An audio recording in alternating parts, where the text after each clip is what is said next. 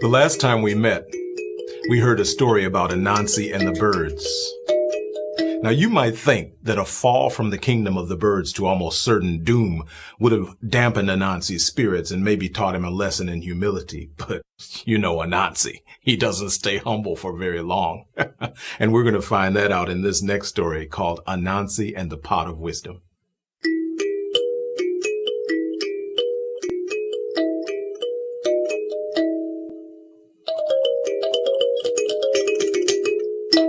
Anansi and the Pot of Wisdom. Anansi boasted loud and clear, "Of all the creatures Nyami created, I, Anansi, am the smartest. I, Anansi, am the cleverest. I, Anansi, am the best of them all." Up in the heavens, Nyami heard him. He laughed his big God laugh. Ha, ha, ha, ha, ha, ha. That Anansi, that tiny itsy-bitsy spider, he thinks of all creation, he's the smartest, he's the cleverest, he's the best of them all. So he said to Anansi, "Anansi, if you're the smartest, I want you to do something for me." And Anansi said, "What?" And Nyami said, "I want you to go about the face of this earth.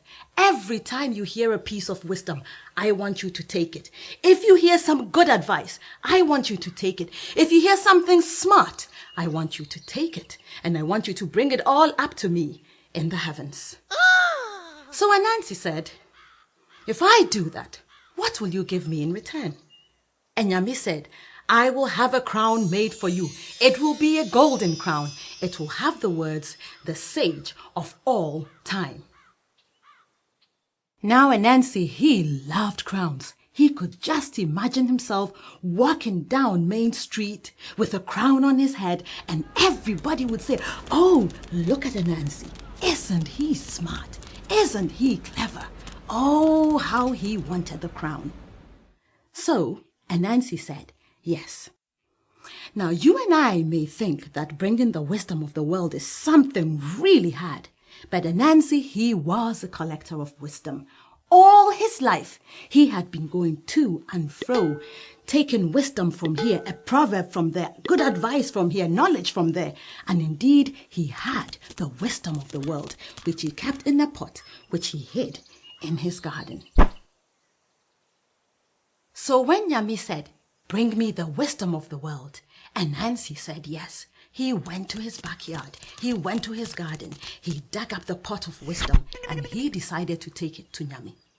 Now, in those days, if you wanted to see Nyami, you had to go to the coconut tree that stood in the center of the village. It was a tall coconut tree. It went way up into the sky. It went as far as the clouds, and if you could climb that coconut tree, and if you got off it, you would be on the driveway to Nyami's mansion. So Anansi, he picked up the pot.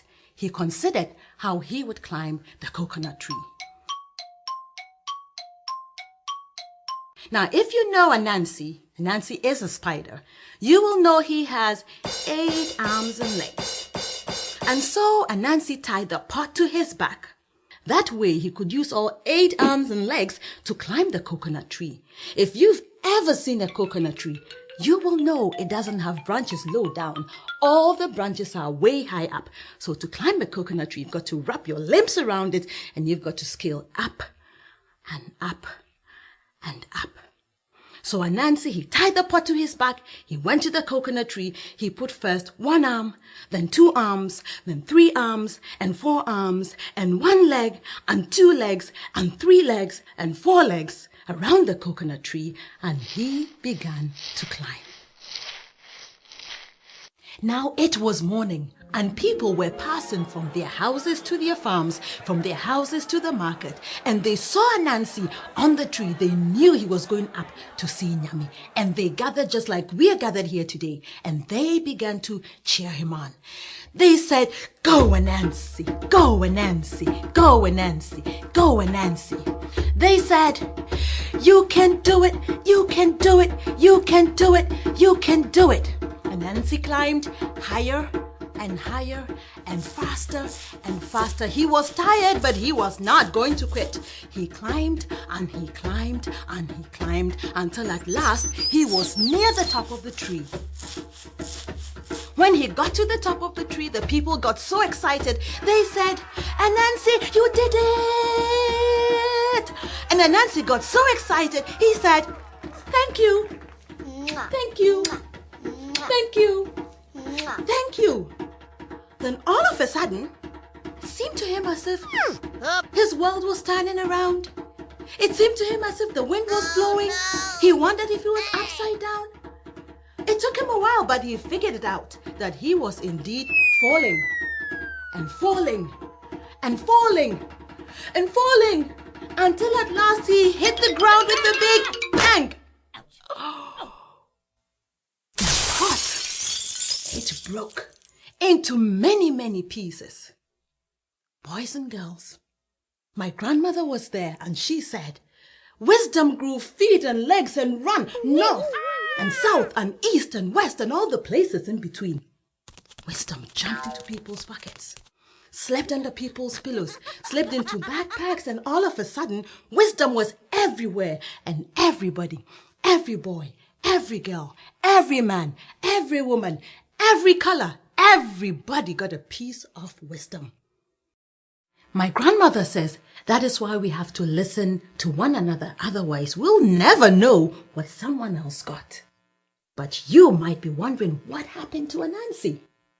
Anansi lay there with the pieces of broken pottery all around him. And he cried. He said, I nearly did it. I was so close. And Nyami said to Anansi, Anansi, I gave you 8 arms and legs. If you had all wisdom, you would not have waved them all whilst climbing a tree. Oh, said Anansi. Oh, no. That's the one that got away. The story of mine, whether good or bad, I tell it to you today. Now you go tell someone.